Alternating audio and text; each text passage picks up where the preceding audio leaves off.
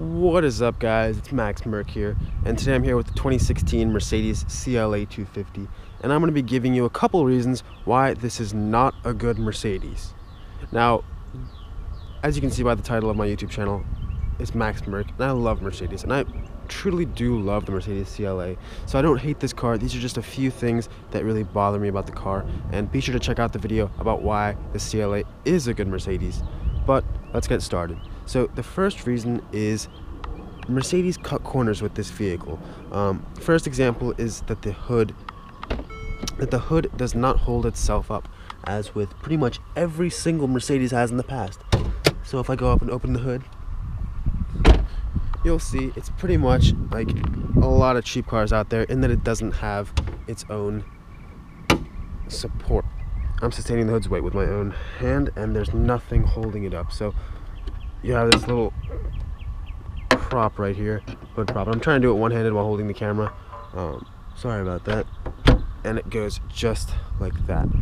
And honestly, I don't like that at all. This car has gotten a lot of criticism for that. This is just cheap. This is not acceptable for a Mercedes. Look at this. It's kind of flimsy too. I mean, you don't want that. All other Mercedes have springs right here, or not springs, hood struts right here that you can physically push up to 90 degrees, and this is just cheap. Honestly, I don't know why Mercedes has done this. I mean, I know most owners don't go under the hood, but for those who do, this is just all cheap. The second reason this is not a good Mercedes is that if you don't get it with the optional 4MATIC all-wheel drive system, which this car does have, so this is an all-wheel drive vehicle, handles pretty well, but if you don't opt for the 4MATIC, this car is front-wheel drive, and honestly, that's a joke. I mean, this is a Mercedes. Mercedes is known for rear-wheel drive cars, so why would they go to front-wheel drive for this car? It just doesn't make sense to me. That's just not Mercedes like at all. It's not meant to be. It's wrong, and there's tons of people to back me up that it's wrong for Mercedes to be front-wheel drive. Moving along, there are some interior bits that I do question. If I hop in the car here, you can see that, of course, the fit and finish of the car is amazing. I go over that in the reasons why this car is a Mercedes. However, there are some small things that I can criticize. I mean, I know this is supposed to be the entry-level Mercedes, but some of these down here are kind of cheap. I mean, this is just rock hard. These pieces, I mean, I've seen better from Mercedes. Don't get me wrong, I completely understand this is an entry-level Mercedes, but for those who want to know, these are soft touch, but down here, this stuff is really hard, this plastic. And then what really bugs me is that I was actually looking for reasons looking for reasons to nitpick at this car, and I found right here there are gaps along the door seam where I can actually see the outside of the vehicle. You can see the red color. It's on the driver's side too. If I show you guys right here, and it also is the same deal in the back. You can see it's a bit hard. The front seat's a bit back, but it goes all around. You can see the red, and that's just unacceptable for any Mercedes. I don't care if it's entry level, unacceptable for a Mercedes, any vehicle with a Mercedes badge. That kind of stuff is unacceptable. Now, next up is that these next few bits have to do with the front seats, the rear seats. They're not the most comfortable of seats. Yesterday I was driving a lot. I drove this car a lot yesterday, and I mean, you do get these adjustments, and you do get lumbar support down here, as you can see, right down there. However, it's not, I don't know, it's just maybe the way these seats were designed. I mean, I'm only 16 years old. It's not too bad for me, but for someone a little older, I can see why they would complain about the seats. However, that's just one thing to note. And moving on about the seats more, the actual passenger seat is not even automatic. That's just another thing that's unacceptable for Mercedes. I mean, I completely understand once again that this is an entry-level car, but let me go ahead and actually move my stuff to the rear. If you open this door, you'll see no automatic controls. All of these are are manual controls. This adjusts the height of the front portion. This adjusts the height of the rear portion. Pretty cheap controls. Look at this. Not really what you'd expect in a Mercedes. I mean, you can get optional power seats, but I mean, optional, you have to pay extra for power seats. That's just, I'm not a fan of that. And then this right here, I hate this. If you want to recline this seat, there's no easy thing you pull. It just goes back and loosens it. You have to reach your hand all the way back here in this crevice, and move this stupid dial back and forth, and it is just a pain. I mean, it's terrible. And then you do get automatic lumbar support right here. These are automatic, but this automatic lumbar support does not compensate for this. It's just ridiculous.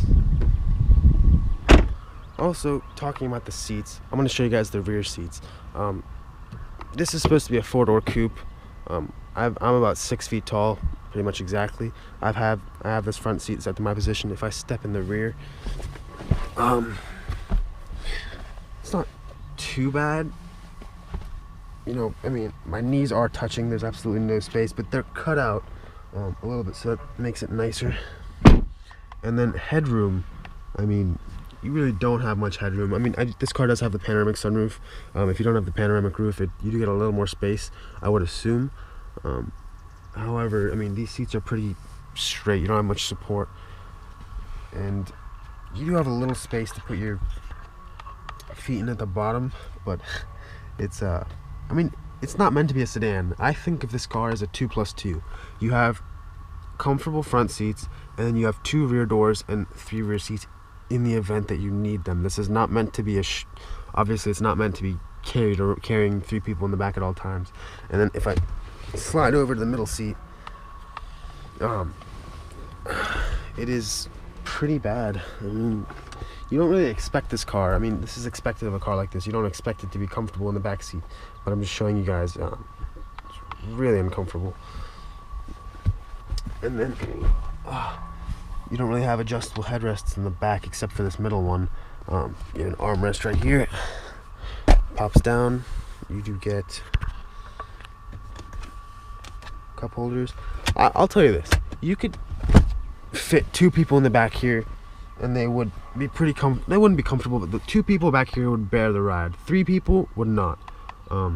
That's all I have to say. I mean, headroom wise, I don't know if you guys can see me.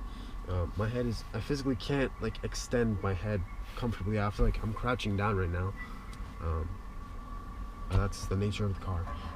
However, though, you do get some vents back here. That's nice. You do get a little 12-volt adapter. Those are all nice stuff. And then moving towards the end of this video, one of the last things I have to talk about is that the steering wheel is also manual along with the passenger seat. So if you want to move the steering wheel, it is tilt and telescope. If you open up that lock right there, you can move it up, down, front, back.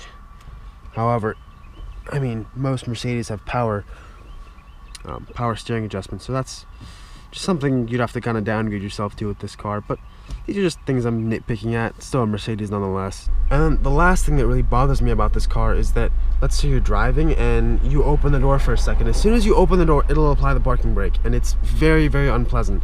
And the other day I was driving, just inching the car forward a little bit on my driveway, and I opened the door and it turned on the parking brake, and it jolted me forward because I wasn't wearing my seatbelt. I was just inching the car forward, and it's just very unpleasant and scary. I mean, honestly, I'd rather just have a little warning because beep, beep, beep, than it automatically applying the parking brake for me and scaring the hell out of everyone in the car. So you watch. Just like that. I opened the door and it did that. So I'll show you guys one more time. I'm driving. Oh wait. And it puts the car in park too. Alright, so let's go forward. Just like that. Very unpleasant. I'd rather have something that says beep beep, the door is open, than it going and applying the parking brakes and just bringing the car to a stop. I understand it's a precaution, but still, just want to put that out there. So if you guys enjoyed this video, be sure to hit that like button and subscribe for more videos like this. See you in the next video. Thanks for watching.